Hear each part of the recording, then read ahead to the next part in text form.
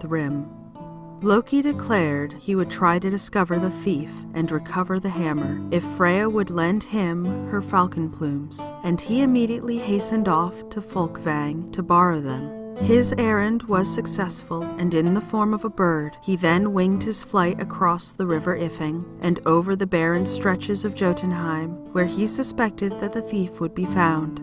There he saw Thrym, prince of the frost giants, and the god of the destructive thunderstorm, sitting alone on a hillside. Artfully questioning him, he soon learned that Thrym had stolen the hammer and buried it deep underground. Moreover, he found that there was little hope of its being restored unless Freya were brought to him and arrayed as a bride.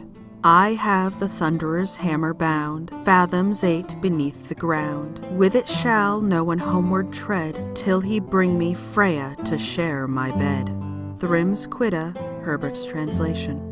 Indignant of the giant's presumption, Loki returned to Thrudvang, but Thor declared it would be well to visit Freya and try to prevail upon her to sacrifice herself for the general good. But when the Aesir told the goddess of beauty what they had wished her to do, she flew into such a passion that even her necklace burst. She told them she would never leave her beloved husband for any god, much less to marry a detested giant and dwell in Jotun-heim, where all was dreary in the extreme, and where she would soon die of longing for the green fields and flowery meadows, in which she loved to roam. Seeing that further persuasions would be useless, Loki and Thor returned home, and there deliberated upon another plan for recovering the hammer. By Heimdall's advice, which, however, was only accepted with extreme reluctance, Thor borrowed and put on Freya's clothes. Together with her necklace and enveloped himself in a thick veil, Loki, having attired himself as a handmaiden, then mounted with him in the goat-drawn chariot, and the strangely attired pair set out for Jotunheim, where they intended to play the respective parts of the goddess of beauty and her attendant.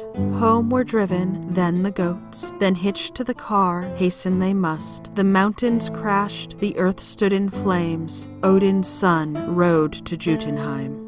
Norse Mythology by R.B. Anderson.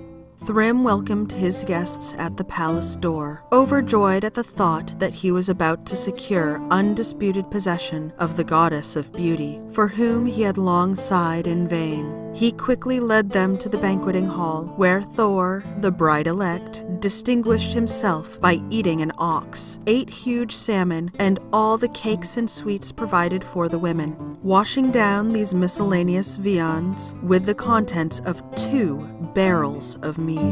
The giant bridegroom watched these gastronomic feats with amazement, whereupon Loki, in order to reassure him, confidently whispered that the bride was so deeply in love with him that she had not been able to taste a morsel of food for more than 8 days. Thrym then sought to kiss the bride, but drew back appalled at the fire of her glance, which Loki explained as the burning glance of love. The giant's sister, claiming the usual gifts, was not even noticed, wherefore Loki again whispered to the wondering Thrym that love makes people absent-minded. Intoxicated with passion and mead, which he too had drunk in liberal quantities, the bridegroom now bade his servants produce the sacred hammer to consecrate the marriage. And soon as it was brought, he himself laid it in the pretended Freya's lap. The next moment, a powerful hand closed over the short handle, and soon the giant, his sister, and all the invited guests were slain by the terrible Thor. Bear in the hammer to plight the maid, upon her lap the bruiser lay, and firmly plight our hands and fray. The Thunderer's soul smiled in his breast, when the hammer hard on his lap was placed. Thrym first, the king of the thirsty he slew, and slaughtered all the giant crew.